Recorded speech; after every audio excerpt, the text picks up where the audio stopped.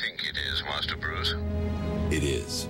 Deadshot is in Arkham City. Hey, we're back on GTTV out here in London, England, getting the scoop on Batman Arkham City. I'm here with Sefton, the game director. So, Sefton, you guys have announced a lot of villains, a lot of the characters that are in the game, but tonight we've got the announcement of a new inmate who is also in Arkham City, right? Yeah, Jeff, we want to announce today that we have Deadshot. He's also in Arkham City, so another character that's in there. Deadshot is an assassin, paid-for-hire assassin, and he's gone into Arkham City.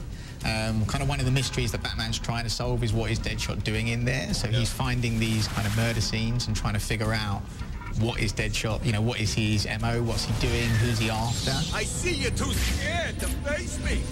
And as you play through the game, you kind of start to figure out the targets that he's after. And of course, Deadshot realizes that Batman's sort of after him, so Batman gets added to the list as well. Oh, wow. So is Deadshot taking down some high-value targets here? Yeah, Deadshot's got a list. I mean, I don't want to give too much of the story away, but he's after some very specific people inside Arkham City. Batman's obviously trying to stop him, so when someone gets in Deadshot's way, you know, there's an inevitable showdown. What were you working on?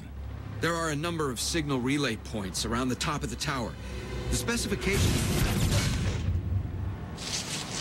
Well, I'm sure like the forensics and, you know, the detective mode probably plays, you know, a key role in this. You know, in the last Batman game, you were always kind of trying to triangulate where shots were coming in, things like that. So it's perfect for someone like that. Yeah, so one of the nice things with the side missions is they let us focus on different aspects of Batman's character. So Deadshot kind of focuses more on the forensics element and tracking that down and doing that in a kind of maybe slightly more detailed way than we do on the main story, on the main path.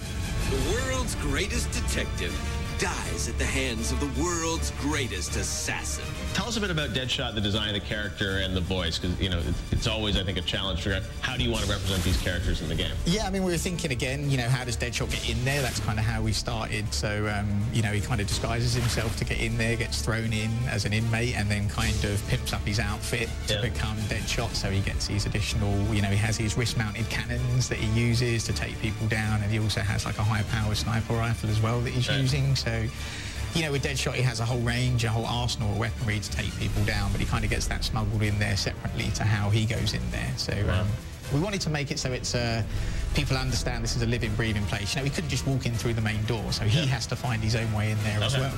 Send me the full database entry for Deadshot. I've uploaded everything I know about the victim.